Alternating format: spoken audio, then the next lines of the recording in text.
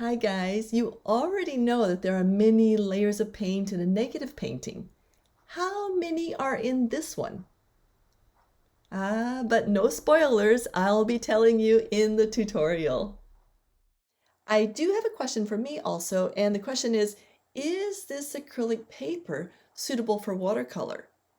I'm not sure, but watercolor is traditionally 300 gram and 130 pound.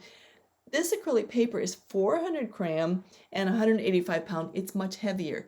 So my question is, can this paper take the beating that watercolor gives it? I'll be answering this one at the end after I know myself. So let's get into the tutorial. When you are doing negative painting, you can decide, if you're going to go wet and wet or wet on dry. So this is a wet on dry. And right now I'm just doing the first layer or the background. I have all of my colors pre-mixed. That means I can easily throw them on the canvas and they mix simultaneously. If I throw one color on the canvas and have to mix another one, somehow the timing might be a little bit different for the blending. One color might be more saturated into the paper. So I like to mix them simultaneously or back to back. And I will talk more about that blending process at the end. So right now I am drawing my first layer and I'm also maximizing my time. You can see me in the right, I'm already blending my colors for the next batch. As soon as this paper is dry, I will be ready to paint again. Okay, so I'm evaluating my situation and I see that I have blooms in the bottom of the paper. So I just turn it over. I don't want blooms in the open area that's going to be the earth. In the sky, that's okay because there's going to be foliage there, but not on the ground. Okay, so let me tell you about the colors that I'm using because, yeah, they're colors, they're wonderful. I am using M-gram, 1 M-gram, and it's an azo green. The other colors that I'm using are Daniel Smith, it's Verona Gold Ochre, Raw Sienna, Quin Sienna. I did use a little bit of Quin Burnt Sienna or Quin Burnt Scarlet at one time. And then of course I use a lot of Carbazoli Violet. Now, a little bit about these colors. The Azo Green and the Verona Gold are very good for putting in that background. They are the ones that give it the very light color. Let me continue that in a minute. Right now I am putting in 2 trees. This is the penciling for our first layer in the background. With negative painting, you don't have to pencil it in, but because my picture is ultimately going to get pretty complicated with the cats in it, yes, I am going to pencil it in. And I'm also demonstrating how to do negative painting.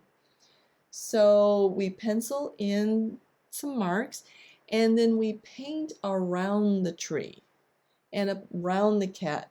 Normally we would paint the cat or the tree, but this is negative painting. We're not painting the positive shapes, we're painting the negative shapes. Right now I'm drawing in a little cat. The whole idea of this painting is Mama Cat is sad because her kitties are bad, and so I'm putting kitties all over in the trees, playing on the ground, whatever. Now I'm just doing the profiles. Whenever you want a nice profile, I would suggest that you put in like 3 legs at minimum. Make sure that you have at least 1 ear and it's clearly, which direction that the head is facing if you're only putting in 1 ear. 2 ears is better. And of course you need the tail. With those shapes, having a round head and a round body, you'll be fine. Now right here there's another cat hanging from the limb of the second tree.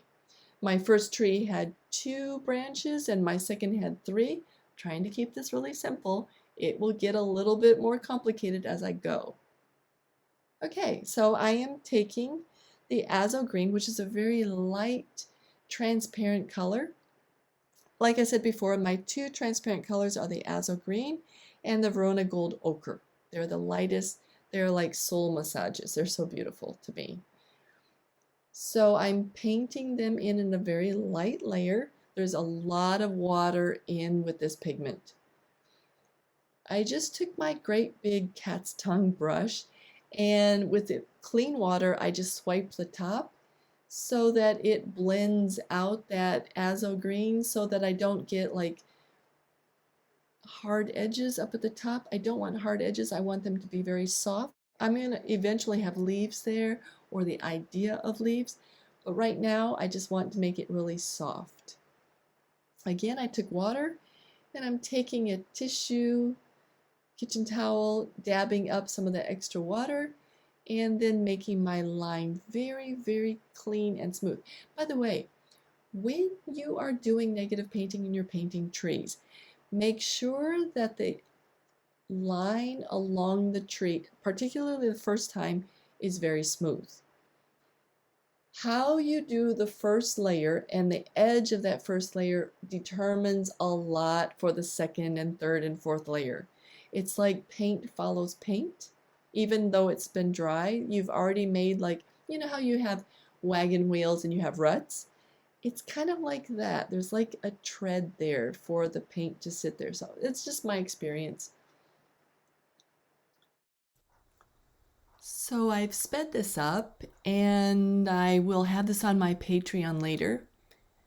I do have a couple paint there, and the couple paint idea is that two people are painting side by side or simultaneously from one video.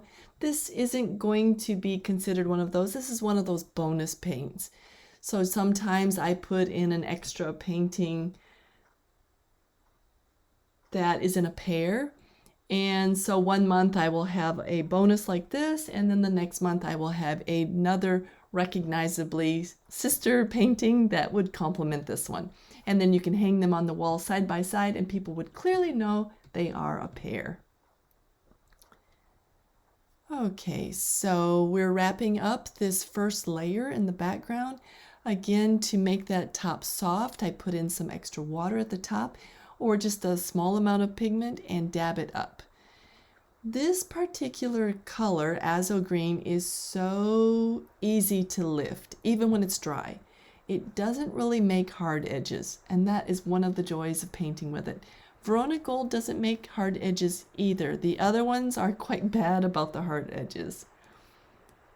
Okay, so we're drawing in our second layer. And to do the second layer, we move a little bit higher. So if you move a lot higher, that means you're going to have a lot of depth. I only moved maybe 1.5 centimeters. And so I'm not going to have a really deep forest. It's going to be more of a flatter looking forest when you think about it. And guys, if you're enjoying this and you would like more detailed instruction on maybe color palettes, color mixing, artist tips, or maybe guided instruction while you paint, maybe you're interested in my Patreon couple paint. So what is couple paint? Well, couple paint is much like paint and sip, except I don't talk about the sip. And it's when two people are simultaneously painting together a picture or part of a picture to create a whole, and each person is painting on their own canvas. So for a few dollars every month, a couple, and this could be friends, family, neighbors, or those darling honeys, can enjoy the couple paints in my Patreon library, which I'm building right now. And the two new uploads that I give every month, one is in watercolor and the other in acrylic. And by the way, the one that you see right now in front of us is the Timmy and Tammy paint, and this is done in acrylic. So if you are interested in this kind of paint socializing, I will have the Patreon links below, and you can go check it out. And this time also I'm going to have more than just 2 trees in this layer. So I'm thinking, I'm not really planning the tree, I'm just considering the spacing as I'm going. So I'll have maybe 4 trees in the background. This layer I plan to have more cats. Probably it will be my most interesting layer, and right now I am drawing in another cat. This particular cat is climbing vertically up a tree. Its back is a little bit arched and its tail is flared up. I don't know if that's realistic, but it seemed like an interesting silhouette to me. So one of the things that I'm thinking about when I'm spacing my cats and my trees, I do want gaps between the fore tree and the back tree. I don't want a tree to look like it's sprouting out of a cat, so I'm considering how I space everything. I also want branches to be intertwined or overlapping, and we're not going to see the intertwinement until you get maybe 3 layers down. But right now you can start seeing the overlapping, and it adds a lot of interest. Another cat is being drawn right now. This one's really easy. Think about an ice cream cone with 2 balls of ice cream on it. So we have 2 mounds of ice cream, 2 little ears or triangles sticking out of the top, and a tail dropping down, and there is your cat. That one is pretty easy. You don't have to worry about the legs being, not long enough or too long or not angled right. And I didn't have the tree branch sprout out of this cat, but I did want to give it a sense of, climbing, and there is depth there. So I did put it behind a couple of paws, it being one of the trees behind a couple of those paws, just to give it some depth. Okay, so here we have a cat in the foreground, and I don't want a tree to be sprouting out of that cat, so I do space the tree quite liberally from the tree in the foreground. And again, I did put some overlapping of branches there. And another cat, and this one is peeking out from behind a tree. Okay, so now it is time to paint this second layer in the background. And this is our 4th layer in our painting. So this second layer, I'm starting out with raw sienna. Now, raw sienna is my most granulating paint, and I'm having a little bit of trouble with it. It's sticking in the fibers a little bit too much for my taste, but that's okay. I am also using it simultaneously with some Verona Gold or with some Azo Green as complements, meaning I blend on the paper, and that's why I am pre-mixing all of my colors so that I can blend as quickly and efficiently as I can. If I don't have these colors pre-mixed, I won't be able to blend right now. The paper tends to dry very quickly, much more quickly than watercolor paper, or maybe it's because it's so rough textured. So it eats the paint very quickly, and so I need to be blending these colors simultaneously. And you can see that I'm blending the colors as I go. I'm not painting like the second layer. I did that with only Azo Green. This layer I am using, a mix sometimes of Azo Green. I'm putting in a little bit of raw sienna, and then I'm touching in some Quin sienna for that orangish glow. And I probably could have mentioned this earlier, but you'll notice that my earth lines of the first layer and the second layer are not completely parallel. This is great because in real life, our topography is always changing. We have undulating hills that are a little bit different. So how you create your background, make it interesting. I did say earlier that I was imagining my earth to be a little bit flat, and so between my second and third layer, I'm not going to reveal as much earth. So I'm going to have between the first and second layer, there's going to be, more earth, and then between the second and third, there'll be a shorter earth line or terrain line. I think that's kind of realistic. It's the same idea of perspective drawing. When you're drawing people in the foreground, of course, they're going to be bigger than the people in the background. I'm kind of following that rule. And I'm still being pretty careful where I'm putting those branches and the tree trunks. And obviously, I'm going to be painting pretty small this time. So I've got out my silver black velvet. I think this is the size 4. I haven't yet retired to the nail brush. And this layer in the background, it's number 3, and it's going to have 3 colors. The first layer had just one color with azo green. The second layer was azo green, Verona gold with raw sienna, and a touch of quin sienna. And this time we are hyping the visual interest by adding a lot more quin sienna to the mix. So this layer is going to have the azo green, the raw sienna, and the quin sienna is the magic color. It is the color that adds a lot of glow, and it's the color that marries the background with the foreground. When I say marries the background, the foreground, the cat has a lot of the quin sienna, and with the quin sienna in the background, we kind of get the impression that the background and the foreground kind of belong together.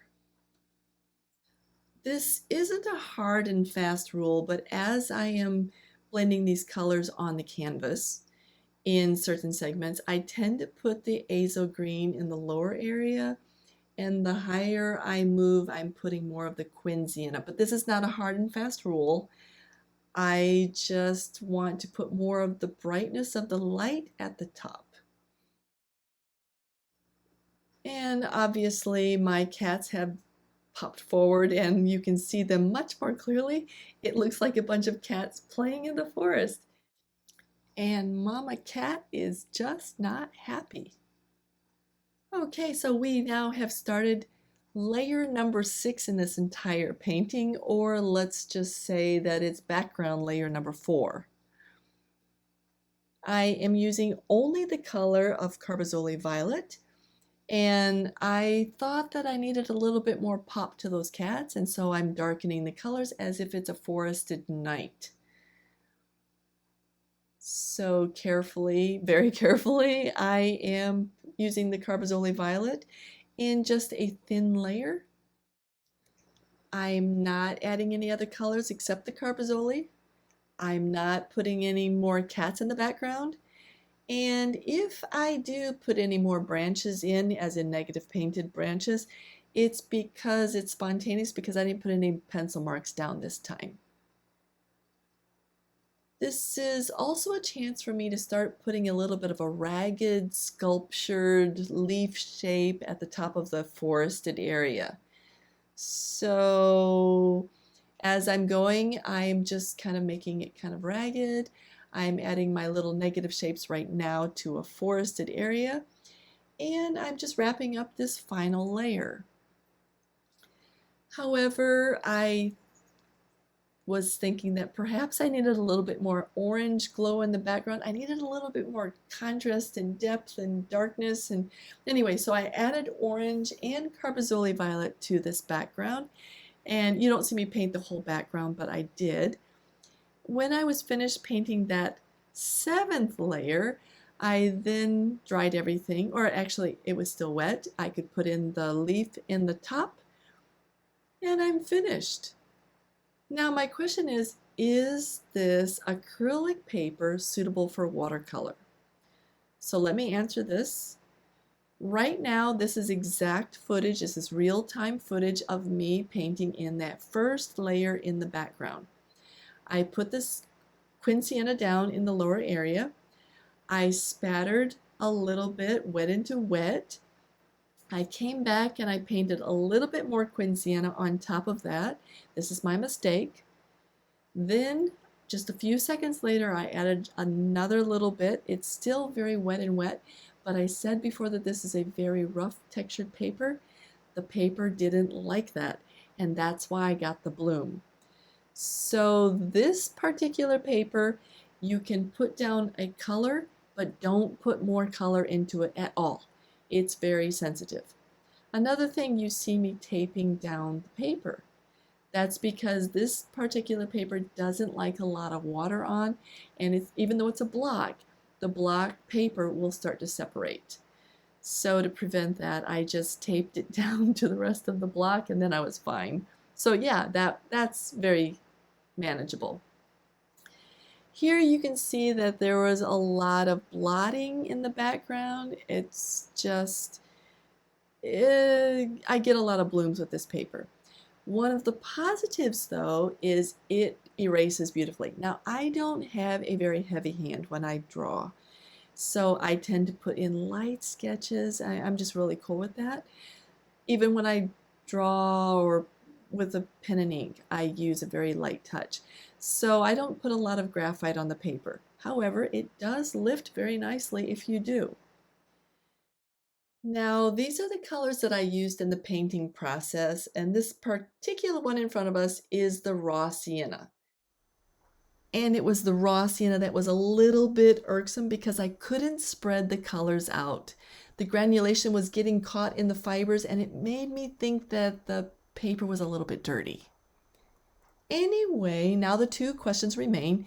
Am I going to recommend this? And am I going to use it in the future? So let me answer the first question first. Yes, I do recommend it.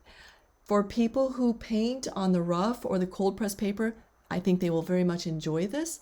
And also for the people who like loose watercolor painting. So the big question is, am I going to be using this paper again? Well, actually, yes, I am. I'm just not going to be using it wet in wet. I do like it that I can put on multiple layers as long as I carefully dry the layers in between. I think this paper has great potential. Okay, guys, I really hope you picked up some very useful information on negative painting or other artist tips. Anyway, I wish you well on your artist journey, and I really hope your day is awesome.